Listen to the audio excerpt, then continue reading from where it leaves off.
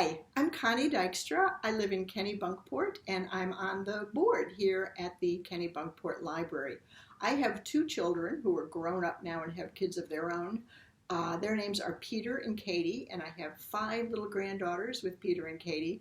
But when Peter and Katie were little, every year we would read and also watch the movie A Christmas Carol. There are like 50 versions of the movie out there now, including one with the Muppets that's really fun. You might want to check it out.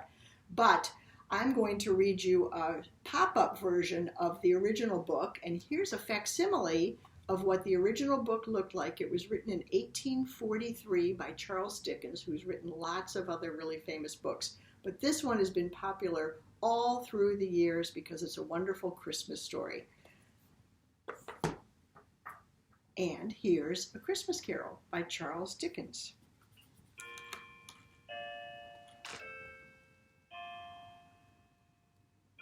Ebenezer Scrooge was an old miser. He would not spend a penny on his office.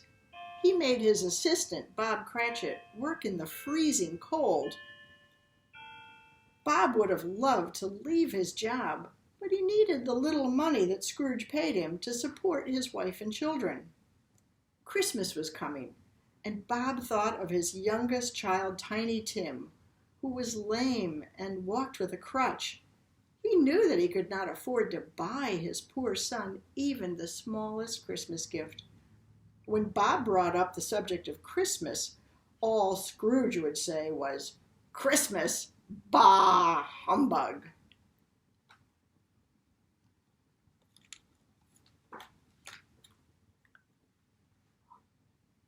That evening, as Ebenezer Scrooge sat by his flickering fire, the ghost of his dead business partner, Jacob Marley, appeared.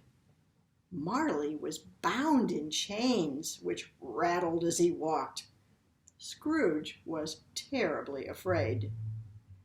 "Change your ways," said the ghost, "or you will end up like me. Tonight, you will be visited by 3 spirits. Heed them well."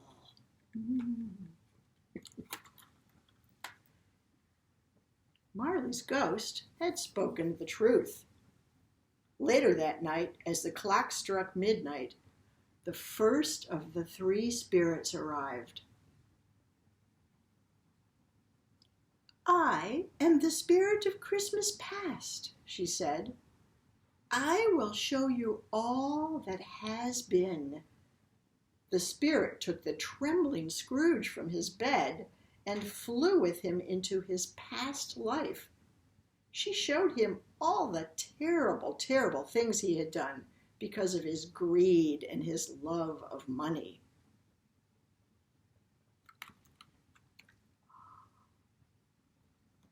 The second spirit was a jolly round gentleman who carried a glowing torch. "I am the spirit of Christmas present," he said. "Hold on to my robe." Scrooge held on to the spirit's robe and was carried away through the night to the house of Bob Cratchit. Bob sat at his table with his wife, Tiny Tim, and his other children. Scrooge paid his assistant so little that it was a very poor meal. Yet Bob held up his glass and said, "Here's to Mr. Scrooge. May he have a Merry Christmas."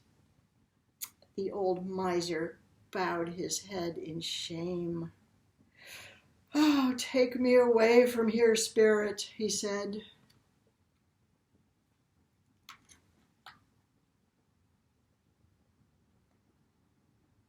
The third spirit was a terrible hooded specter.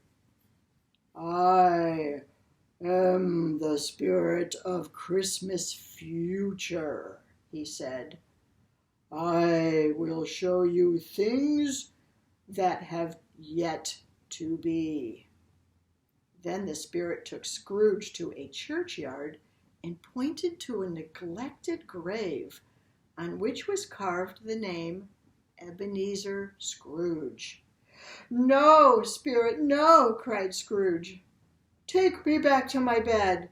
I will change my ways." The Spirit did as he was asked, and when Scrooge awoke the next morning, he remembered all that he had learned from the three spirits.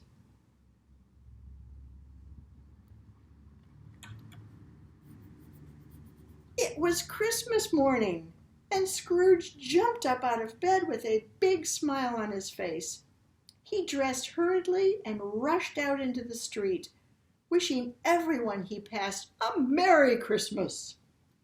Scrooge went into the shops and bought as much food and as many presents as he could carry, and he took it all to Bob Cratchit's house. And he gave Bob a large pay raise and declared that he now knew the true meaning of Christmas. And so, as Tiny Tim observed, God bless us, everyone. Merry Christmas!